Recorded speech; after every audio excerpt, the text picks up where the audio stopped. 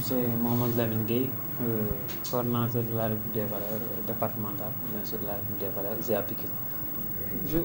Je voudrais tout d'abord vraiment remercier le président Thierno Alassane Sall et aussi le féliciter et l'encourager et dire combien je suis fier et heureux d'être dans son parti. Dans le livre, il a dit qu'il va citer rarement des faits qui ne seront pas en témoignage ou bien assistés de 2 ou 3 personnes pour vraiment tenir avec une rigueur nécessaire son argumentaire. Et qu'est-ce qu'il y a dans le livre? Il nous relate des faits qui ont été pour certains connus, que nos ressources naturelles ont été dilapidées et vraiment partagées par un poignet de personnes. Moi, je pense qu'au-delà de ces critiques, ces gens qui critiquent ou qui l'insultent, ils devraient plutôt faire le rôle, ces députés dont vous faites allusion.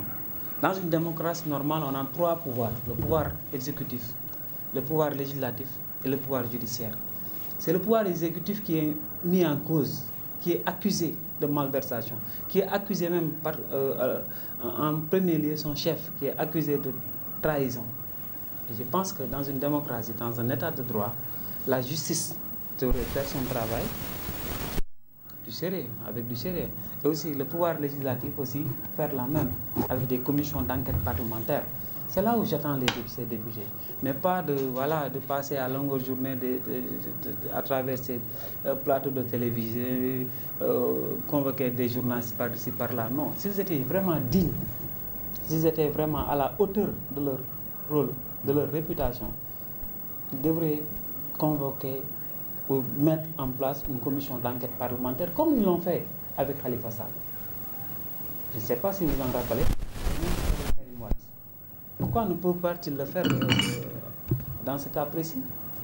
Parce que il y a le président de la République qui est mis en cause, il y a son frère direct, M. Alioune Sall, qui est mis en cause, et aussi il y a son ministre de l'énergie, M. Aly Ngouille Ndiaye.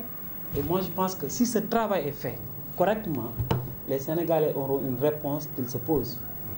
Est-ce que le président Macky Sall doit terminer son mandat? Moi, je suis plus dans ces trucs de 3e mandat ou 2e mandat. Non. La question que je me pose, moi, avec cette gravité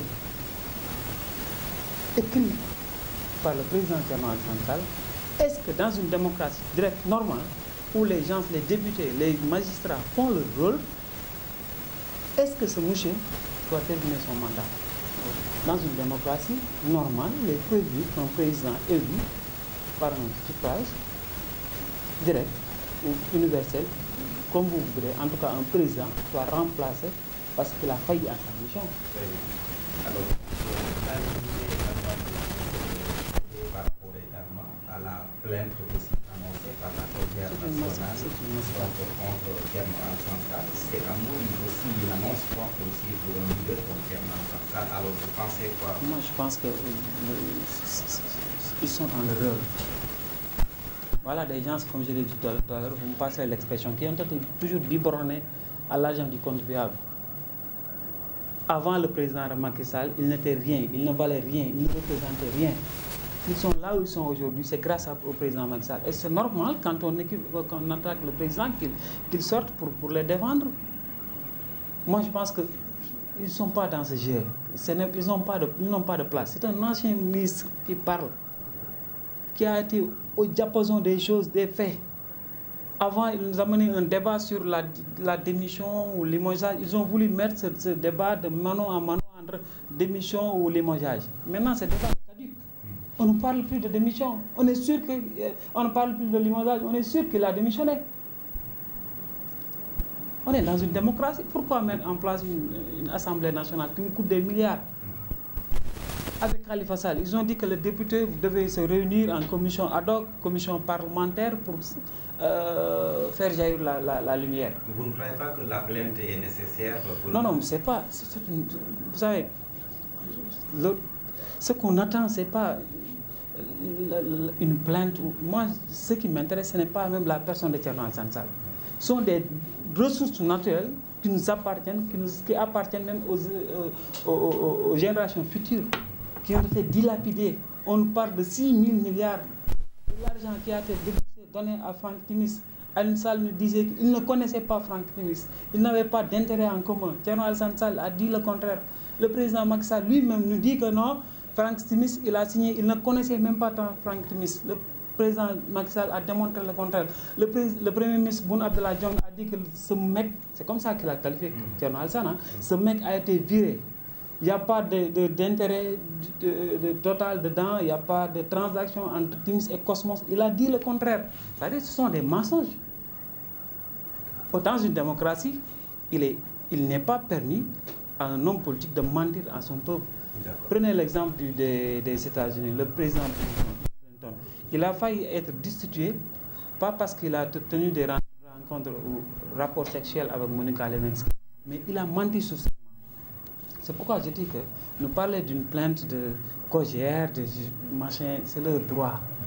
Mais ce qui doit être fait, c'est ces institutions que nous avons, ce sont ces institutions qui doivent mener à bien le rôle.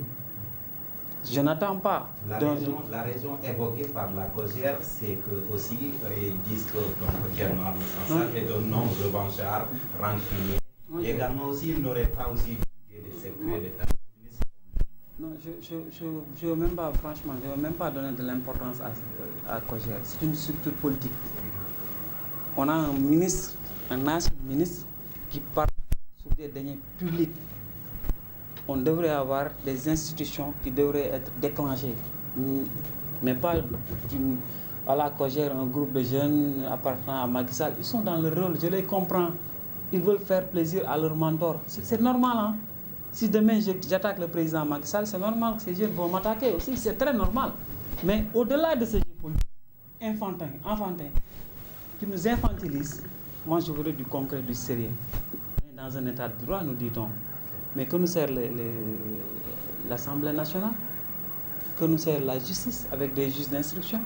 Voilà, M. Guy, je vais vous interpeller par rapport à la justice. Est-ce que vous pensez que la justice va se constituer? Je pense que Sonko en avait fait des sorties par rapport aux 94 milliards qu'il y a Mamour Diallo et la famille. D'autres, je pense que la justice actuellement n'est pas en mesure de s'autosaisir de ce dossier. Vous savez, comme tout Sénégalais, on peut vraiment fanfaronner, on peut vraiment, à cause d'un orgueil national, dire que nous faisons confiance à notre justice. Nous avons une justice compétente, mais de nous à nous, entre nous, pour qu'on se dise la vérité, les acteurs de la justice même nous disent le contraire. Dans sa lettre de démission, le juge Dème dit « Je démissionne d'une justice qui a démissionné ». Je ne sais pas si vous vous en rappelez. Il dit, moi, je démissionne d'une justice qui a démissionné. Donc, pour être concret, franchement, moi, je n'attends pas grand-chose de cette justice. C'est là où le malheur, dans une démocratie où cette justice démissionne, le président du Conseil constitutionnel lui-même témoigne son affection et sa gratitude à la première dame lors d'une cérémonie d'investiture du président de la République. Je remercie la première dame. Ça ne se passe qu'au Sénégal, même pas en Corée du Nord. Donc franchement, je n'attends pas grand-chose de notre justice, mais plutôt de nos députés qui passent à longueur de journée à nous faire des tribunes, à nous faire des déclarations, à nous envoyer des insultes par-ci, par-là. Je leur rappelle qu'ils doivent faire leur rôle. Et leur rôle, ce n'est pas de venir devant les projecteurs, mais plutôt de s'exprimer et de montrer aux Sénégalais qu'ils méritent d'être députés. En quoi faisant éclaircir cette chose. Si le président Thierno Alassane Sall nous raconte des bobards, il doit prendre toutes ses responsabilités. Si ce qu'il dit est vrai, donc le président Macky Sall doit être traduit devant les juridictions compétentes, et je pense qu'il ne doit même pas terminer son mandat. Parce que les faits sont graves. Ok, une question d'actualité. Oui, une question d'actualité au Mali, la sous-région. Les militaires ont renversé IBK, ils demandent 3 ans aussi de transition avant de prendre le pouvoir, pendant qu'en Côte d'Ivoire, Alassane Ouattara s'est présenté encore pour un autre mandat. Au Sénégal, les gens parlent de troisième mandat ou non. Alors, n'est-il pas temps également de parler sur cet éventuel troisième mandat dans la sous-région, notamment au Sénégal? Bon, moi, c'est deux phases. Hein. C'est la CEDEAO au Mali, la Côte d'Ivoire et le Sénégal. Premièrement, au Mali, moi, je pense que la CEDEAO a échoué. On doit constater l'échec de la CEDEAO. Pourquoi? Parce que nous ne sommes pas sans savoir que ce qui se passe au Mali avait des balbutiements, il y avait les prémices qui annonçaient vraiment, en tout cas, un coup d'État. Donc, je pense que la CEDEAO devait prendre les devants pour empêcher ne serait-ce que ce coup d'État, pour que cette mutinerie, vraiment, reste mutinerie pour continuer à préserver la démocratie. Parce que nous, l'histoire montre que, et c'est une anecdote que, je ne sais pas si c'est une histoire, en Gambie, le président Abdou Diouf avait empêché la réussite du coup d'État contre Koungheul Samba Sagna, contre Daouda Diawara. Il avait fait de même en Guinée-Bissau contre Nuno Vieira. Il ne l'avait pas fait pour sauver ses chefs d'État, mais aussi plutôt pour sauver le Sénégal. Parce que les rebelles, quand ils avançaient, fuyaient vers la Gambie et même vers la Guinée-Bissau. Je pense que nous aussi, Sénégal, au-delà de la CEDEAO, nous devions faire la même chose. Parce que nous avons là, au Mali des djihadistes qui sont plus forts que l'armée malienne.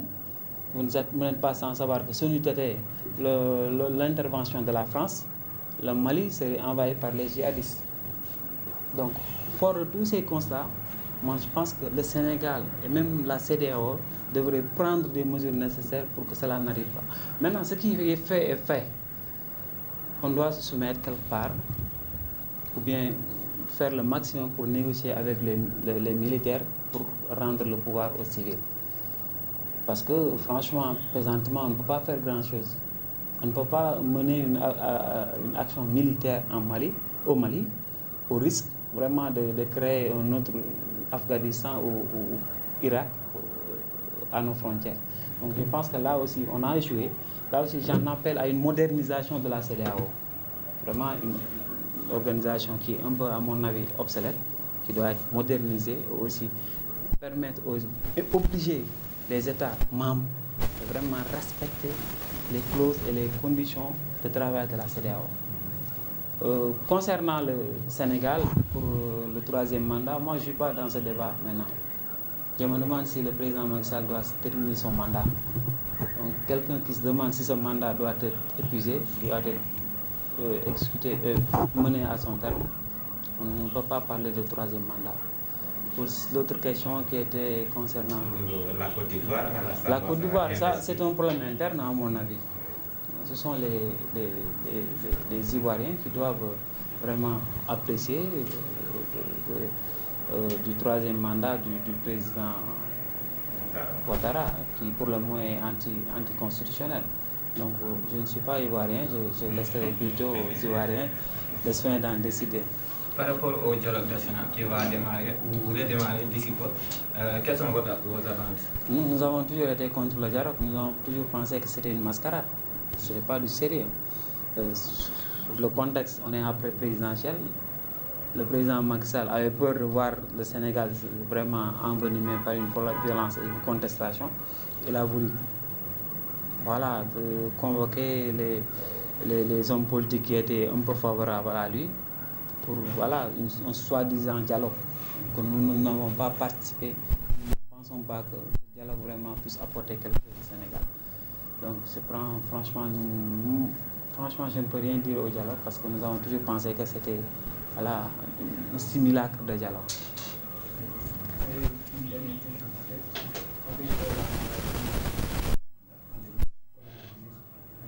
Est-ce que le Sénégal a été à la hauteur justement pour freiner cette menace, pour diminuer les cas au niveau national? Moi, je pense que nous avons mené une politique qui est favorable à l'expansion du virus. Les mesures qui ont été prises depuis le début n'ont pas porté leurs fruits. Le 8 mars 2020, j'avais demandé à ce que nos frontières soient fermées. Parce que à ce moment, la pandémie commençait à se propager. Et pour que ça arrive au Sénégal, il faut que forcément ça passe par un cas importé. Et pour empêcher cela, nous avions proposé, demandé au gouvernement de fermer nos frontières, ce qui n'a pas été fait. Jusqu'à présent, des mesures sont prises. Voilà, tâtonnement.